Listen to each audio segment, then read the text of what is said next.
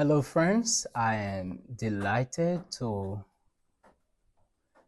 have this interview with one of our staff members, a hardworking gentleman, young man, by the way, who has been a lot of blessings to our ministry and our children as well. So in this interview, we will get to know a little about him, what he does here at Hope for Liberia, and more than what he does, what he thinks about what he does, and his heart for the ministry he is doing with our children. So, can you introduce yourself and tell us what you do at Hope for Liberia? Thank you so much for the opportunity. My name is Bismack T. Wleyon. I'm the boys caretaker and also teacher assistant at H4L. I also work with the sponsorship team to update our sponsors about their sponsored children each week. Great. What was it like when you first started working with the boys, and how did you build trust and respect with them? It was not really a smooth one. The kids initially never wanted to take instructions from me. They would want to do what they see right, and often they went on doing it.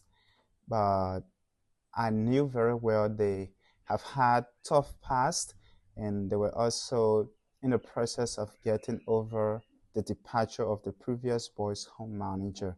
So I was cool with them, knowing very well that things were going to get better with time, and definitely things have gotten better. I can say so. You have taught the boys about brotherly love, humility, obedience, and initiative. Why are those values so important to you? Those are very important values in every society, in every group, or in every gathering of people. It could be a nuclear family, extended family, in a ministry of such, or even in government setups. Those are important values. I mentioned previously that when I first started with the boys, things were not smooth. They couldn't take instruction. So how can we go further? How can we have any achievements without these boys listening to me? That was a big question for me. And in response to that question, I decided to teach them obedience. Obedience came to them from different perspectives. And I told them things like obedience is not optional. You got to obey, whether you like it or not. God has commanded us to obey so that our days can be long. And thankfully, obedience sank into their minds, their hearts, and in the period of no time, I could see the result. And when they started to listen to instructions, uh, love started to come in. Now, when first they came here, I noticed that our kids know so many Bible stories. There will be very few stories in the Bible you will touch that they won't have any idea of. So, despite all the stories they know, I could barely see love among them. You will see kids quarreling easily. There will always be that kind of a friction. So, love was lacking sincerely.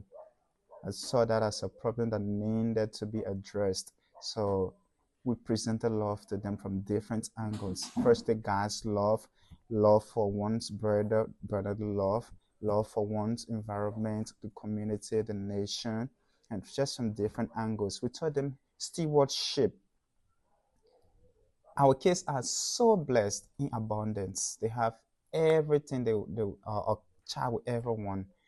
And it is very important to take care of what God has given them. I'm sure there is no better way our kids can show how grateful they are for the opportunities that they have been provided with, other than taking care of what they have been given. So stewardship becomes so important. So we started to teach them stewardship, that they are to take care of everything they have here, and also to take care of God's creation. That will be a way to obey God's instruction, that we should take care of earth and everything He has made, and also to be grateful for what H4L is doing for them.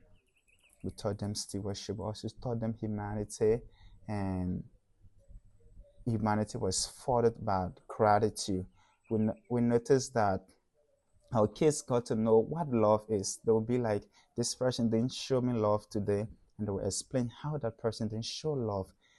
But then there's almost no instance where a kid came over to me and say, this person showed me love and I was grateful for it. They will always identify when love is not shown to them, but they will not be grateful for when someone shows love to them. So gratitude was lacking. Gratitude comes in now. We decided to teach them gratitude. And I can tell you, every moment of every day, our kids are grateful for every single thing a person does for them. They'll be grateful for the food you cook for them. They'll be grateful for the clothes you give them. They'll be grateful for cleaning the shoes, for cleaning the home, just for everything. They are grateful. And that's a big progress I think has occurred in the lives of our children. Can you share a moment with one of the boys that reminded you why this work is worth it? Yeah. So much growth has occurred in our kids over the short period of time they have been here at this ministry. And it just interests me a whole lot to go each day seeing how they express it. I remember one evening I was cleaning the gutter, and Moses T and Andrew were right there beside me. This mud was so bad, it was smelling. So Andrew asked Moses T, Moses, if God tells you to lick this dirty mud, will you do it or not? Moses T was like, this mud is dirty like this. But then he responded by saying, sure, I will lick the mud because that God told me to do it. Then Andrew said, why you lick it? He said, if I don't lick it, I will go to hell. So right there, it spoke to me that Moses T knows that disobedience to God results into going to hell. So that was so great of Moses T. And Andrew then also stopped there. Andrew too was like, sometimes God just test people. God would not want you to like this more. He will just test you. So I was like, Andrew, when has God done thing of such? Instead the story of Abraham. God, how did God test Abraham? God told Abraham to kill his son, but then when Abraham was about to do it, God stopped him. It tells me Andrew too has a very deep knowledge too of scripture. I want to believe so. It was really interesting being there to hear that conversation from the both of them. Yeah, Wow. seriously. Wow, that's really interesting. Bismarck, what keeps you motivated to make personal sacrifices and continue in this role? My nation, Liberia, is earnestly below the standards of living. In every capacity, Liberia is down. But then I'm one of those who strongly believe there is still hope for Liberia. So being here with like-minded people and working towards this hope that Liberia still has is a very big motivation for me personally. The second motivation I have being here is working along with people who possess so many great qualities, like selfless Uncle Jim, generous, uh, entertainer who lives out everything she teaches, uh, kind Uncle Abba and Uncle Fode, humble into mercy, industrious by a man, hardworking into favor into rose, and the rest of the team members. The quality they possess is just a whole motivation for me, and I look forward to being here as long as possible to contribute in my weak ways. Lastly, Bismack, how can people pray for you and the boys under your care? For the boys, I would want pray for good health. It was really tough recent time when our kids were down with fever, but thankfully they have recovered and everyone is up. For me, I want people to pray for God's grace and direction. Thank you, Bismack, for sitting in this interview.